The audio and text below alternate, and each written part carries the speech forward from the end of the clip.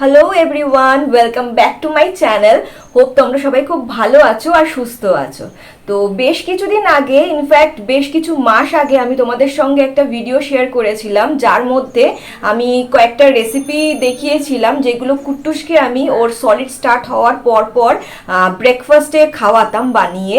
তো ওই ভিডিওটা বানানোর পরপরই আমি কুট্টুসের লাঞ্চ রেসিপিস, তারপরে ডিনার, ইভিনিং স্ন্যাক্স এইগুলো শ্যুট করে রেখেছিলাম যে তোমাদের সঙ্গে শেয়ার করব, বাট সামহাও সেগুলোকে আর শেয়ার করা হয়নি, বিশেষ করে এডিটিংয়ের কারণেই শেয়ার করা হয়নি।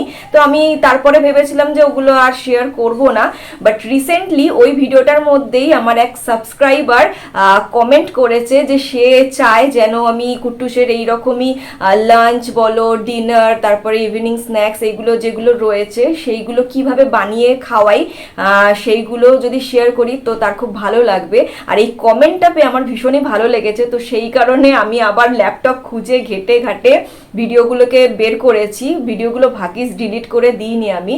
আর কমেন্টটা আমি স্ক্রিনে দেখো হাইলাইট করে দিয়েছি।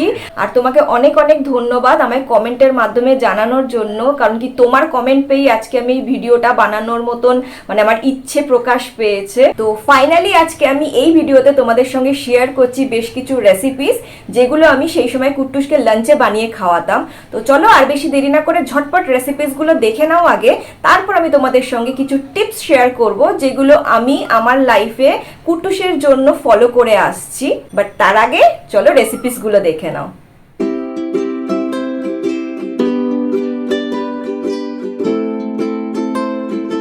ডাল খিচুড়ি বানানোর জন্য আমি নিয়ে নিয়েছি মুসুরির ডাল। খুব ভালো করে মুসুরির ডালটাকে আমি জল দিয়ে ওয়াশ করে নিয়েছি। যতক্ষণ না জলটা একেবারে ক্লিয়ার আসছে ততক্ষণ পর্যন্ত মুসুরির ডালটাকে ভালো করে ওয়াশ করতে হবে। মুসুরির ডালের পরিবর্তে এখানে মুগ ডাল কিংবা অরহর ডালও ব্যবহার করা যেতে পারে, তবে সেটা কমপ্লিটলি ডিপেন্ড করছে বেবিকে সেই ডালটা স্যুট করছে কিনা তার উপর। আমি কুট্টুসকে প্রথম থেকে মুসুরির ডালটাই খাওয়াই। আর এখানে রয়েছে 1 টিস্পুন মুসুরির ডাল। রান্না করা ভাত নিয়ে নিয়েছি 1.5 টিস্পুন। আর আমি সবসময় রান্না করা ভাতটাই এখানে ব্যবহার করি, তাতে খাবারটা অনেক বেশি নরম হয়, ফলে বাচ্চার ক্ষেত্রে না খেতে একেবারেই প্রবলেম হয় না। তবে কাঁচা চাল দিয়েও এটা বানানো যায়, তো সেই ক্ষেত্রে চালটাকে ভালো করে ওয়াশ করে নিয়ে 30 মিনিটসের মতন একটু জলে ভিজিয়ে রাখতে হবে। তারপর সেই চালটা দিয়ে এই খিচুড়িটাকে বানাতে হবে।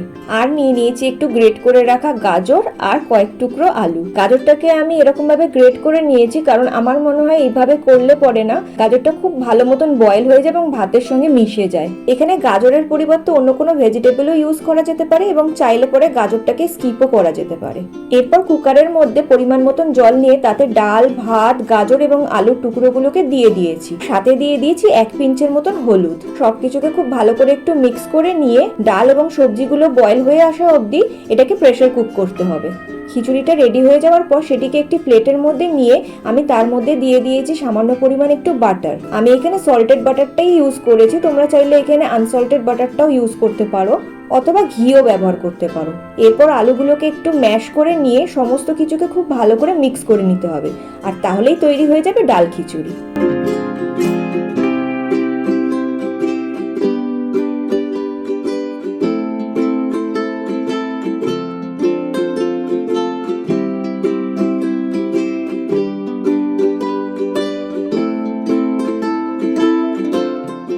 ভেজিটেবল খিচুড়ি বা ভেজ খিচুড়ি বানানোর জন্য আমি কিছু ভেজিটেবল অলরেডি চপ করে নিয়েছি, যার মধ্যে আছে বিট, গাজর, যেগুলোকে আমি একটু গ্রেট করে নিয়েছি। চাইলে এগুলোকে ছোট ছোট টুকরো করেও রান্নায় দেওয়া যেতে পারে, কিন্তু বিটটা রান্না হওয়ার পরেও যেহেতু একটু দানা দানা থেকে যায়, তো সেই কারণে আমি এখানে গ্রেট করেই ব্যবহার করেছি। ফলে এটা খুব ইজিলি বয়েল হয়ে যাওয়ার পর খাবারের সঙ্গে মিশে যাবে। এছাড়াও রয়েছে টুকরো করে রাখা আলু, বিনস এবং কুমড়ো।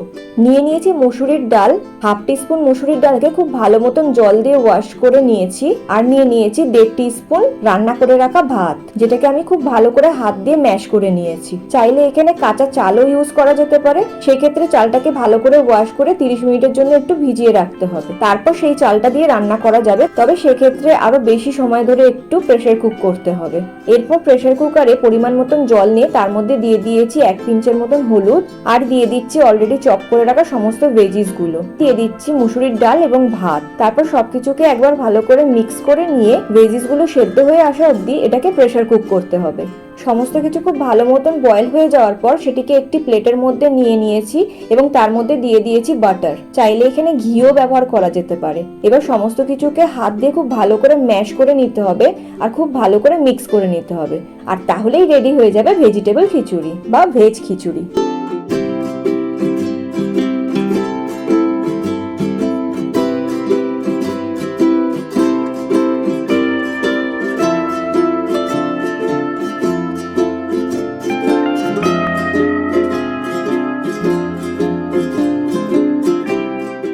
ফিশ কারি উইথ রাইস অথবা মাছের ঝোল ভাত বানানোর জন্য আমি নিয়েছি টুকরো করে রাখা কিছু গাজর, আলু এবং বিনস। সবকিছুকে চপ করে নেওয়ার পর এগুলোকে খুব ভালো করে জল দিয়ে ওয়াশ করে নিয়েছি। শিঙি মাছটাকে খুব ভালো করে ওয়াশ করে নিয়ে এর গায়ে হলুদ মাখিয়ে নিয়েছি। শিঙি মাছের পরিবর্তে অন্য কোনো মাছও ব্যবহার করা যেতে পারে, তবে চর্বি জাতীয় মাছটাকে অ্যাভয়েড করাটাই ভালো। সামুদ্রিক মাছও বেবিদের হেলথের জন্য অনেক ভালো হয়, বিশেষ করে বেবিদের চোখের জন্য। তবে প্রথম থেকে কুট্টুসকে আমি শিঙি মাছটাই খাওয়াই, ধীরে ধীরে অন্যান্য মাছগুলো আমি ওকে ট্রাই করাবো। আর মাছের ঝোল ভাতটা কুট্টুসকে আমি সপ্তাহে 2 থেকে 3 দিন গ্যাপ দিয়ে দিয়ে খাওয়াই। মাছটাকে ভেজে নেওয়ার জন্য কড়াইতে দিয়ে দিচ্ছি সামান্য পরিমাণ বাটার। বাটারের পরিবর্তে এখানে ঘিও ব্যবহার করা যেতে পারে। মাছ ফ্রাই করা হয়ে গেছে, এবার এটাকে একটা প্লেটের মধ্যে তুলে নিলাম। কড়াইতে আরো একটু বাটার দিয়ে তার মধ্যে আগে থেকে চপ করে রাখা ভেজিটেবলস গুলো দিয়ে দিচ্ছি 1 পিঞ্চ হলুদ এবং জিরের গুঁড়ো। এরপর ভেজিস গুলোকে 1 মিনিটের মতন একটু ফ্রাই করে নিচ্ছি। ফ্রাই হয়ে গেলে এর মধ্যে দিয়ে দিচ্ছি বেশ খানিকটা পরিমাণ জল। সবকিছুকে খুব ভালো করে নেড়ে চেড়ে ঢাকা চাপা দিয়ে লো ফ্লেমে এটাকে কুক করব যতক্ষণ না সবজিগুলো সেদ্ধ হয়ে আসছে। ভেজিস গুলো সেদ্ধ হয়ে গেলে এর মধ্যে দিয়ে দিচ্ছি আগে থেকে ভেজে রাখা শিঙি মাছটা এবং সবগুলোকে আরো একবার ভালো করে একটু নেড়ে চেড়ে নিচ্ছি। এই অবস্থায় আরো কিছুটা পরিমাণ জল দিয়ে দিচ্ছি এবং মিক্স করে নিয়ে আবার চাপা দিয়ে 5 থেকে 7 মিনিট আবারও কুক করে নিচ্ছি। দেখো 5 থেকে 7 মিনিট পর মাছের ঝোল একেবারে রেডি হয়ে গেছে। যদিও মাছের ঝোলটা একটু টেনে এসেছে, কারণ কি মাছের ঝোলটা করতে করতে না আমি আর মা দুজনে মিলেই কুট্টুসকে একটু স্নান করাতে চলে গেছিলাম, তো মাছের ঝোলটা একটু টেনে গেছে। যেই পরিমাণ ঝোলটা দেখতে পাচ্ছ তার থেকে আরো কিছুটা পরিমাণ ঝোল আমি অন্যান্য দিনে রাখি। তো যাই হোক, এরপরে একটা প্লেটের মধ্যে নিয়েছি একটু ভাত, যেটাকে হাত দিয়ে খুব ভালো করে আমি ম্যাশ করে নিয়েছি। আর শিঙি মাছটাকে খুব ভালো করে সময় নিয়ে কাটা বেছে নিয়েছি, সাথে নিয়েছি সবজিগুলো। এবার সবকিছুকে খুব ভালো করে হাত দিয়ে ম্যাশ করে নিয়ে মিক্স করে নিতে হবে। আর তাহলেই তৈরি হয়ে যাবে মাছের ঝোল ভাত বা ফিশ কারি উইথ রাইস।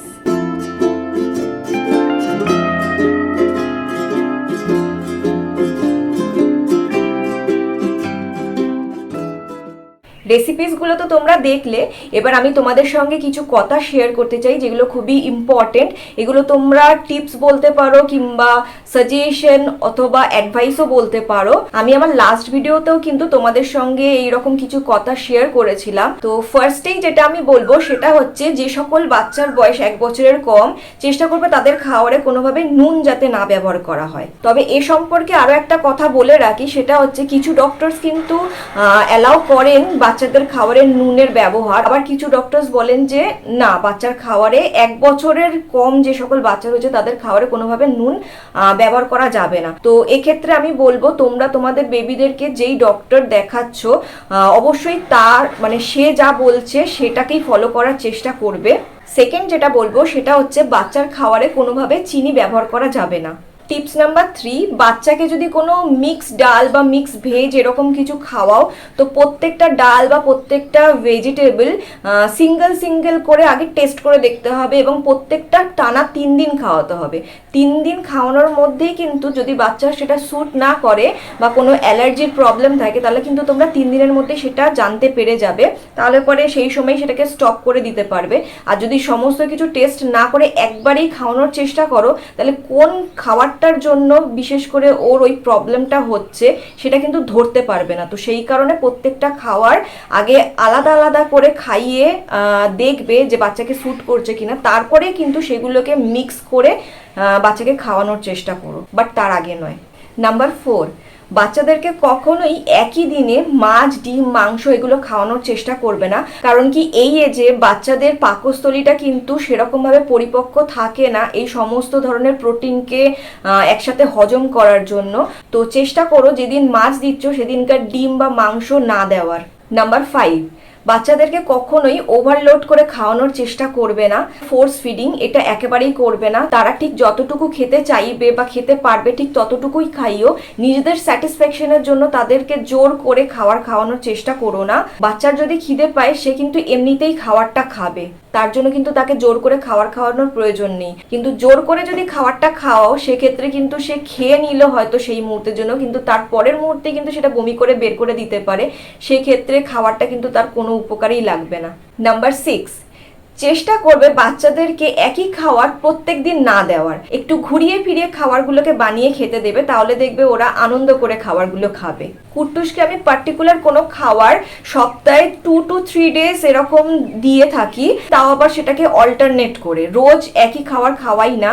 তাই সেটা আমি তোমাদেরকেও সাজেস্ট করব যে এটাকে একটু ফলো করার চেষ্টা করে দেখো, শিওর এটা তোমাদের হেল্প হবে। তো এইরকমই ছোট ছোট কিছু কথা তোমাদের সঙ্গে শেয়ার করতে চেয়েছিলাম, যেগুলো আমার মনে হয়েছে ভীষণই ইম্পর্টেন্ট একটা বাচ্চার হেলথের জন্য, যেগুলো আমি ফলো করি সেইগুলোই তোমাদের সঙ্গে আজকে শেয়ার করলাম। আরো একটা কথা বলি, সেটা হচ্ছে তোমরা আজকে যেই রেসিপিস গুলো দেখলে এইগুলোকে কিন্তু কুট্টুসকে আমি ওর বয়স যখন 7 মাস ছিল তখন থেকে খাওয়াচ্ছি কথাটা বলছি, কারণ কি স্টিল নাও কুট্টুসকে কিন্তু আমি এইভাবে খাবার বানিয়ে খাওয়াই।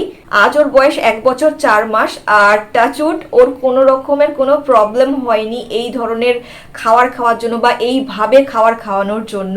আমি আমার এক্সপিরিয়েন্স শেয়ার করলাম তোমাদের সঙ্গে। তবে যদি কিছু ভুল বলে থাকি বা কিছু ভুল দেখিয়ে থাকি আমাকে অবশ্যই কারেক্ট করে দিও, সেটা আমার খুব ভালো লাগবে। আর এইভাবে কমেন্ট করে আমাকে জানিও যে তোমরা আর কি ধরনের ভিডিও আমার থেকে দেখতে চাও। যদি আমার দ্বারা সেটা পসিবল হয় তো অবশ্যই তোমাদের জন্য সেই রকম ভিডিও বানাবো। আজকের ভিডিওটা আশা করছি তোমাদের জন্য হেল্পফুল হবে। খুব তাড়াতাড়ি আমি তোমাদের সঙ্গে কুট্টুসের ইভিনিং স্ন্যাক্স আর ডিনারের রেসিপিগুলোও শেয়ার করব। টিল দেন তোমরা খুব ভালো থেকো, সুস্থ থেকো আর খুব আনন্দে থেকো। Take care, tata.